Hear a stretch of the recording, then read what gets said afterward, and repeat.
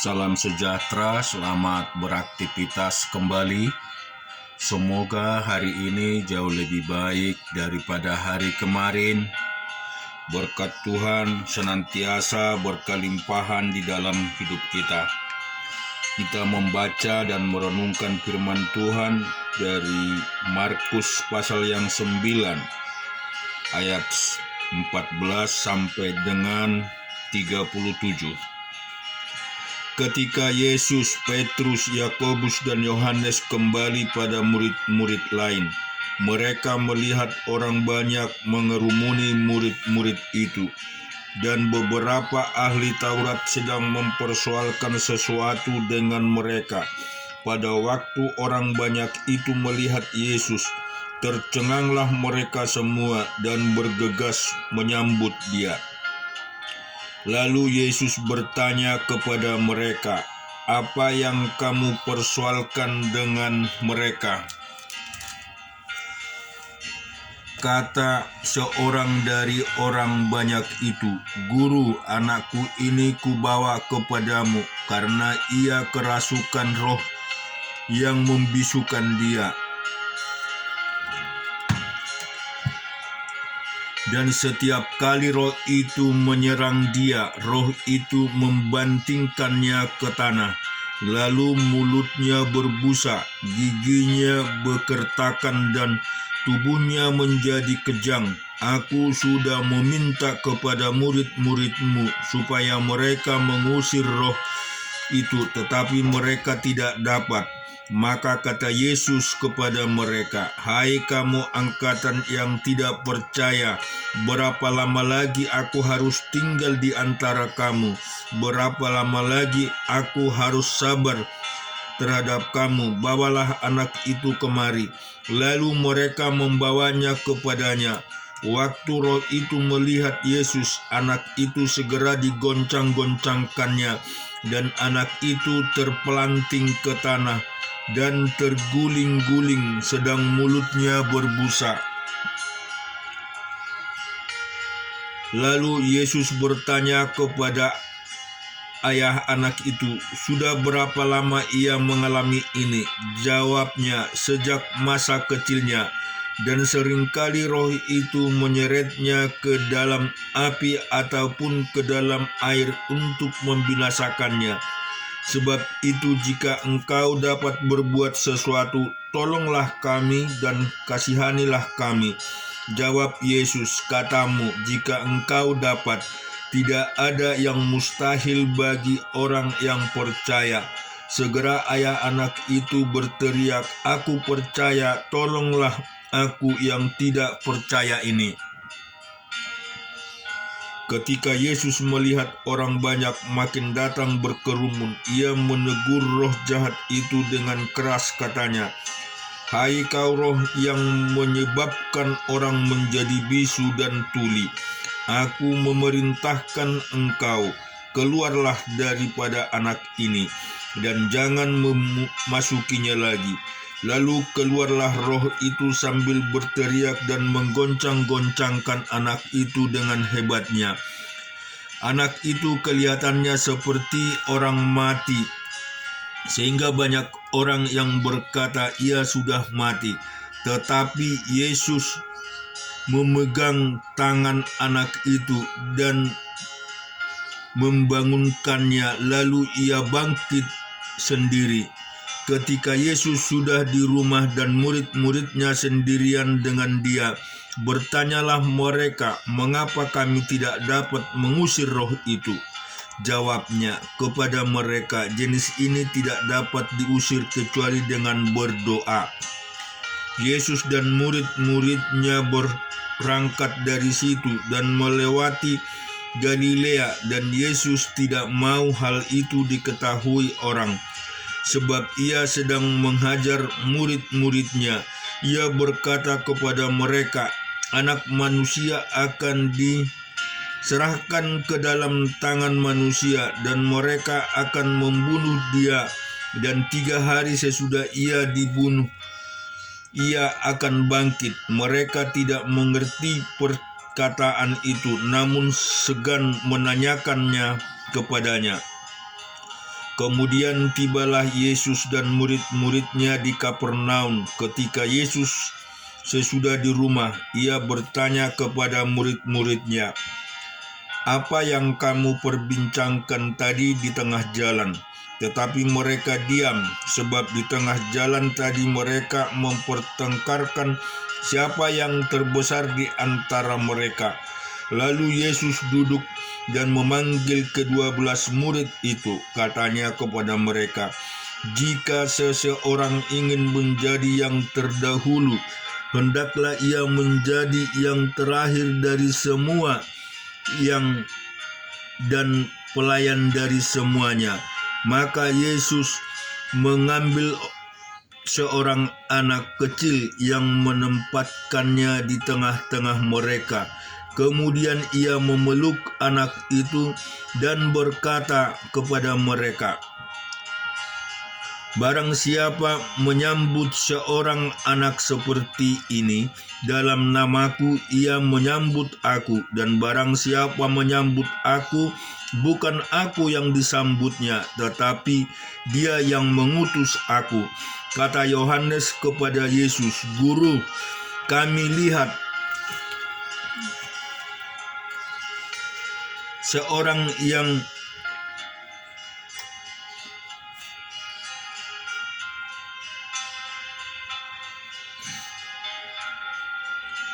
bukan pengikut kita mengusir setan demi namamu, lalu kami cegah orang itu karena ia bukan pengikut kita." Tetapi kata Yesus, "Jangan kamu cegah dia, sebab tidak seorang pun yang telah mengadakan mujizat demi namaku dapat seketika itu juga mengumpat aku. Barang siapa tidak melawan ketika ia ada di pihak kita, aku berkata kepadamu, sesungguhnya barang siapa memberi kamu minum secangkir air oleh karena kamu adalah pengikut Kristus, ia tidak akan kehilangan upahnya.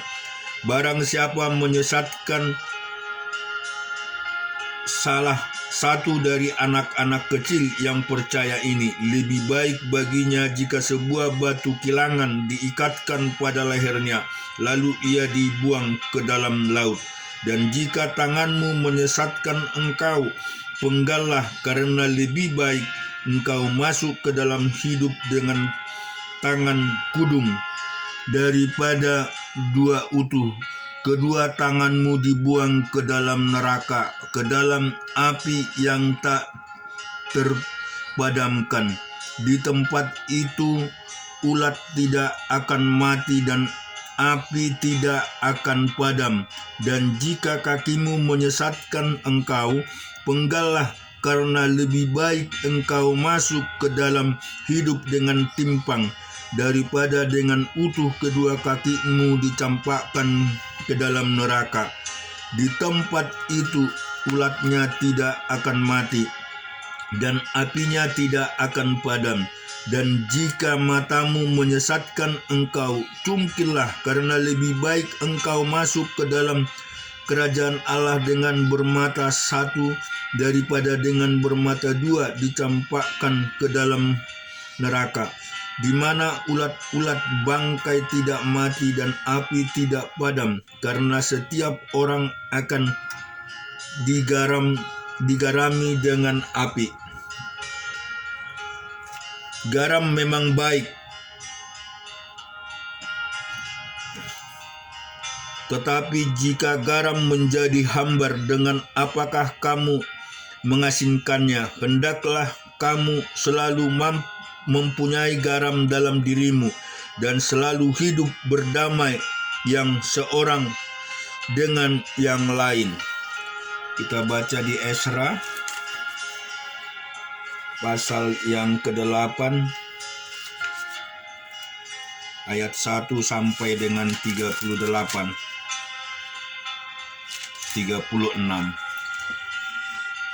Inilah kepala-kepala kaum, keluarga dan silsilah orang-orang yang berangkat pulang bersama-sama aku dan dari Babel pada zaman pemerintahan Raja Artasasta.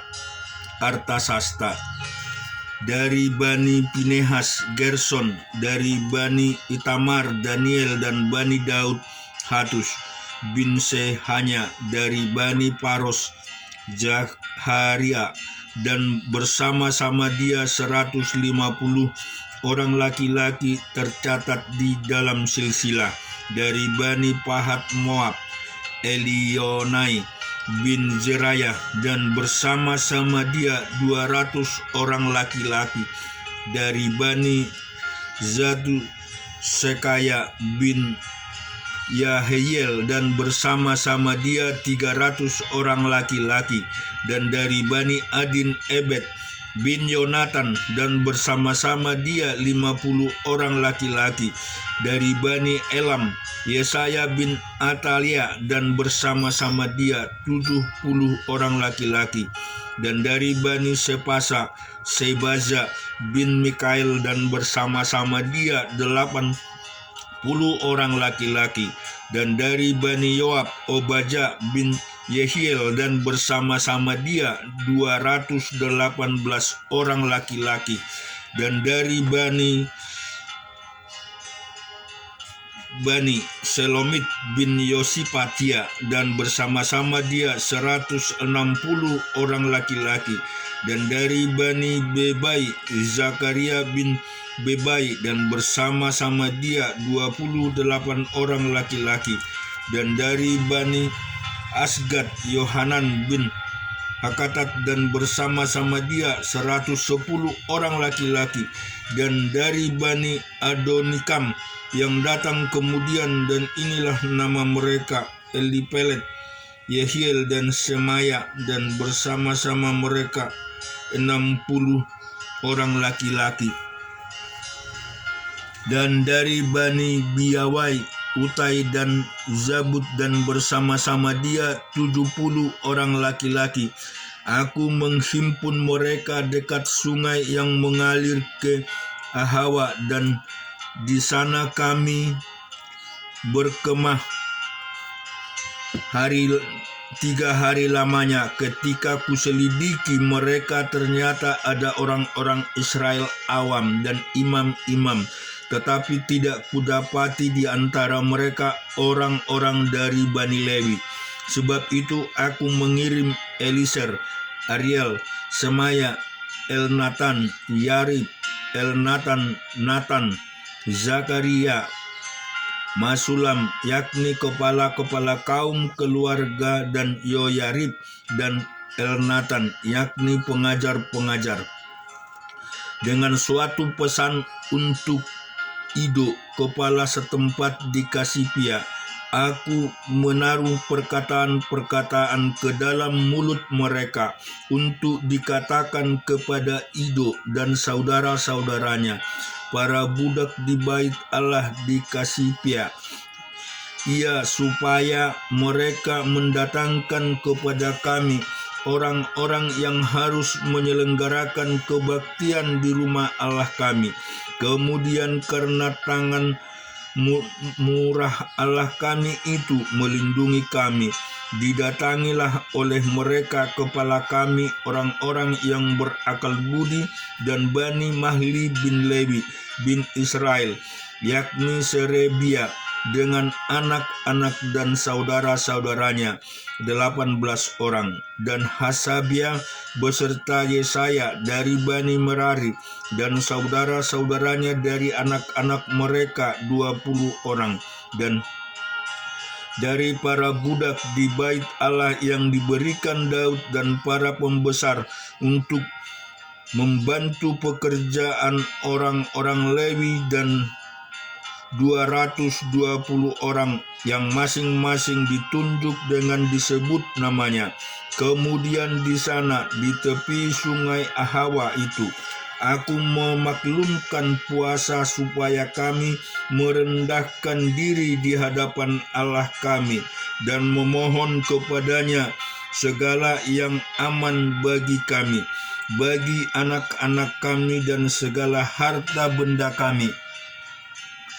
karena aku malu meminta tentara dan orang-orang berkuda kepada raja untuk mengawal kami terhadap musuh di jalan.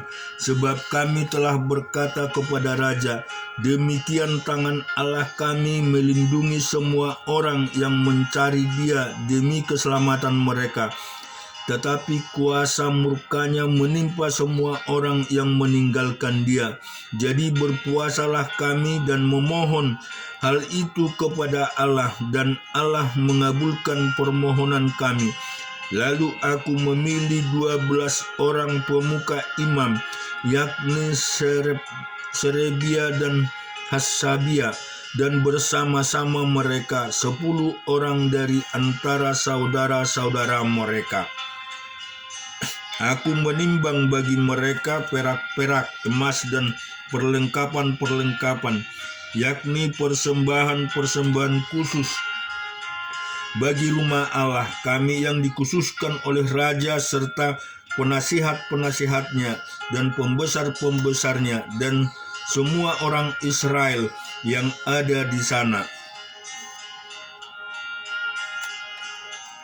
Pula aku menimbang untuk menyerahkan ke tangan mereka perak 650 talenta, perlengkapan perak seharga 100 talenta, emas 100 talenta, 20 piala emas seharga 1000 dirham, dan 20 perlengkapan dari para tembaga murni yang mengikat dan indah seperti emas. Dan aku berkata kepada mereka, kamu kudus bagi Tuhan, dan perlengkapan-perlengkapan ini pun kudus, dan perak dan emas ini adalah persembahan sukarela kepada Tuhan Allah nenek moyangmu. Rawatlah dan jagalah itu sampai kamu dapat menimbangnya di depan para pemuka imam serta orang-orang Lewi dan para pemimpin kaum keluarga orang Israel di Yerusalem, di dalam bilik-bilik rumah Tuhan. Lalu para imam dan orang-orang Lewi menerima perak dan emas dan perlengkapan-perlengkapan yang telah ditimbang dan untuk dibawa ke Yerusalem, ke rumah Allah kami. Kemudian berangkatlah kami dari sungai Ahawa pergi ke Yerusalem, dan tanggal 12 bulan pertama untuk berjalan ke Yerusalem, dan tangan Allah kami melindungi kami dan menghindarkan kami dari tangan musuh dan penyamun. Maka tibalah kami di Yerusalem sesudah kami tinggal di sana selama 3 hari. Maka pada hari yang keempat ditimbanglah perak dan emas dan perlengkapan-perlengkapan itu di dalam rumah Allah kami di bawah pengawasan Imam Meremot bin Uria yang didampingi oleh Eleazar bin Pinehas, dan mereka dibantu oleh Yoyabat bin Yesua dan Noaza bin Binua, orang-orang Lewi. Semua dihitung dan ditimbang kembali, dan jumlah timbangannya dibukukan. Pada waktu itu juga orang-orang yang telah kembali dari penawanan, yakni mereka yang pulang dari pembuangan, mempersembahkan sebagai korban bakaran kepada Allah Israel lembu jantan 12 ekor atau seluruh Israel, domba jantan 96 ekor, anak domba 77 ekor, kambing jantan sebagai korban penghapusan dosa 12 ekor, semuanya itu sebagai korban bakaran bagi Tuhan. Mereka menyampaikan juga surat perintah raja kepada wakil-wakil raja dan bupati-bupati daerah sebelah barat sungai Efrat, dan orang-orang itu memberi sokongan kepada bangsa kita dan kepada rumah Allah. Kita juga akan membaca di Nehemia 6 ayat 1 sampai dengan 10.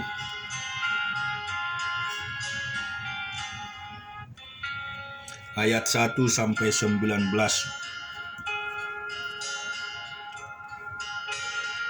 Ketika Sabalat dan Tobia dan Gesem orang Arab itu dan musuh-musuh kami yang lain mendengar bahwa aku telah selesai membangun kembali tembok, sehingga tidak ada lagi lubang walaupun sampai waktu itu di pintu-pintu gerbang belum kupasang pintu, maka Sabalat dan Gesem mengutus orang kepadaku dengan pesan, mari kita mengadakan pertemuan bersama di Kepirim, di lembah Ono.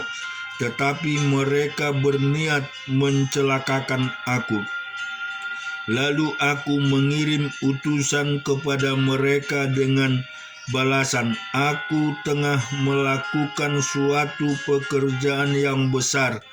Aku tidak bisa datang untuk apa pekerjaan ini terhenti, oleh sebab aku meninggalkannya dan pergi kepada kamu. Sampai 4 kali mereka mengirim pesan semacam itu kepadaku, dan setiap kali aku berikan jawaban yang sama kepada mereka. Lalu dengan cara yang sama, untuk kelima kalinya Sabalat mengirim seorang anak buahnya kepadaku yang membawa surat yang terbuka. Dalam surat itu tertulis, ada desas-desus di antara bangsa-bangsa dan Gesimu membenarkannya bahwa engkau dan orang-orang Yunani berniat untuk memberontak dan oleh sebab itu membangun kembali tembok. Lagi pula menurut kabar itu engkau mau menjadi raja mereka. Bahkan engkau telah menunjuk nabi-nabi yang harus memberitakan tentang dirimu di Yerusalem. Demikian ada seorang raja di Yehuda. Sekarang berita seperti itu akan didengar raja. Oleh sebab itu, mari kita sama-sama berunding. Tetapi aku mengirim orang kepadanya dengan balasan, hal seperti yang kau sebut itu tidak pernah ada. Itu isapan jempolmu belaka, karena mereka semua mau menakut-nakutkan kami. Pikirnya mereka akan membiarkan pekerjaan itu sehingga tak dapat diselesaikan. Tetapi aku justru berusaha sekuat tenaga. Ketika aku pergi ke rumah Semaya bin Delaya bin Mehe Tabet, sebab itu berhalangan datang, berkatalah ia, biarlah kita bertemu di rumah Allah di dalam bait suci dan mengunci pintu-pintunya, karena ada orang-orang yang mau datang membunuh engkau. Ya, malam ini mereka mau datang membunuh engkau. Tetapi kataku, orang manakah seperti aku ini yang akan melarikan diri? Orang manakah seperti aku ini dapat memasuki bait suci dan tinggal hidup? Aku tidak pergi, karena ku ketahui benar bahwa Allah tidak mengutus dia. Ia mengucapkan nubuat itu terhadap aku karena disuap Tobia dan Sabalat. Untuk itu ia disuap supaya aku menjadi takut lalu berbuat demikian, sehingga aku berdosa. Dengan demikian mereka mempunyai kesempatan untuk membusukkan namaku, sehingga dapat mencela aku. Ya Allahku, ingatlah bagaimana Tobia dan Sabalat masing-masing telah bertindak, pun tindakan Nabi Noaza dan nabi-nabi yang lain yang mau menakut-nakutkan aku. Maka selesailah tembok itu pada tanggal 25 bulan Elul dalam waktu 52 hari. Ketika semua musuh kami mendengar hal itu, takutlah semua bangsa sekeliling kami, Mereka sangat kehilangan muka dan menjadi sadar bahwa pekerjaan itu dilaksanakan dengan bantuan Allah kami.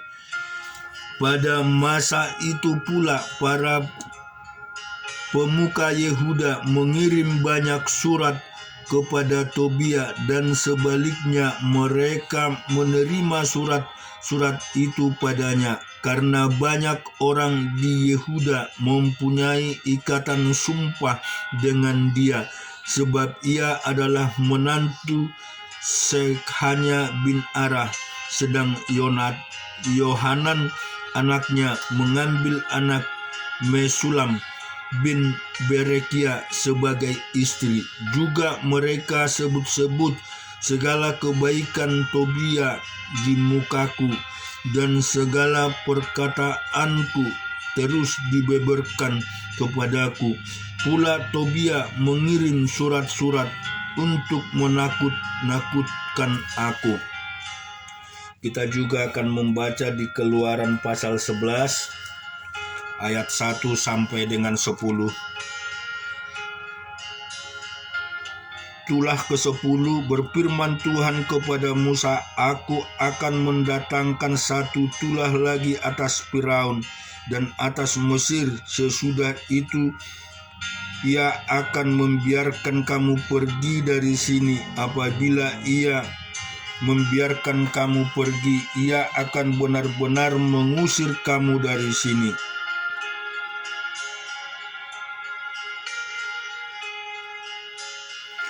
Baiklah, katakan kepada bangsa itu supaya setiap laki-laki meminta barang-barang emas dan perak dan tetangganya, dan setiap perempuan kepada tetangganya pula.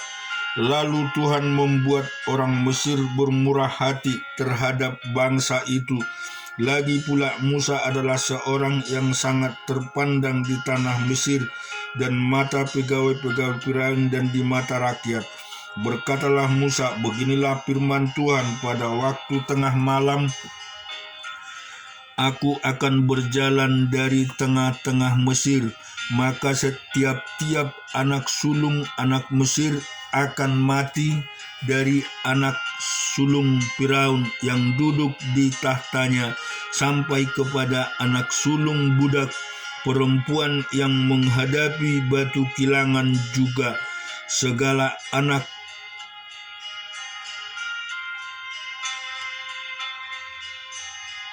sulangan hewan, dan seruan yang hebat akan terjadi di seluruh tanah Mesir seperti sebelum pernah terjadi dan seperti yang tidak ada lagi. Tetapi kepada siapa juga dari orang Israel, seekor anjing pun tidak akan berani menggonggong baik kepada manusia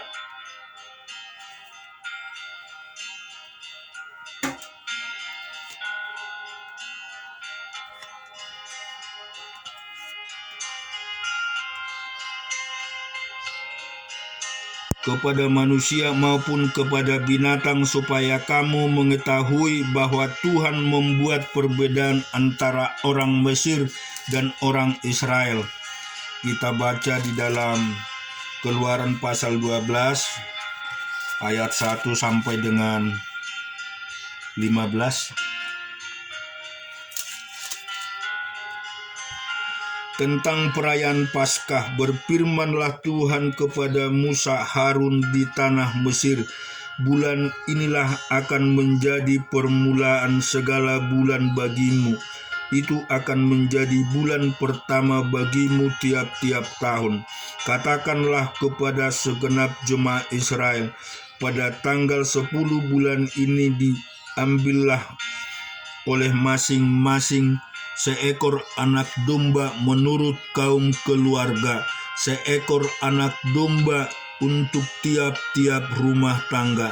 Tetapi jika rumah tangga itu terlalu kecil jumlahnya untuk mengambil seekor anak domba, maka ia bersama-sama dengan tetangganya yang terdekat ke rumah haruslah mengambil seekor menurut jumlah jiwa tentang anak domba itu. Kamu buat perkiraan menurut keperluan tiap-tiap orang. Anak dombamu itu harus jantan, tidak bercela, berumur setahun. Kamu boleh ambil domba atau kambing. Kamu harus mengurungnya sampai hari yang ke-14 bulan ini. Lalu suruhlah jemaah Israel yang berkumpul harus menyembelinya pada waktu senja.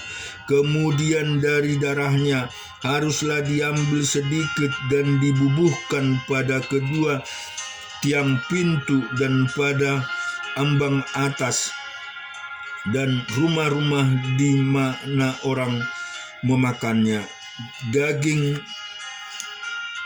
Dagingnya harus dimakan mereka pada malam itu juga. Yang dipanggang mereka harus makan dengan roti yang tidak beragi beserta sayur pahit. Janganlah kamu memakan mentah atau direbus dalam air, hanya dipanggang di api, lengkap dengan kepalanya dan betisnya dan isi perutnya. Jangan kamu tinggalkan apa-apa dari daging itu sampai pagi. Apa yang tinggal sampai pagi kamu bakar habis dengan api. Dan beginilah kamu memakannya, pinggangmu berikat, kasut pada kakimu dan tongkat di tanganmu. Buru-burulah kamu memakannya, itulah Paskah hari Tuhan. Sebab pada malam itu aku akan menjalani tanah Mesir, dan semua anak sulung dari anak manusia sampai anak binatang akan kubunuh, dan kepada semua allah di Mesir akan kujatuhkan hukuman. Akulah Tuhan.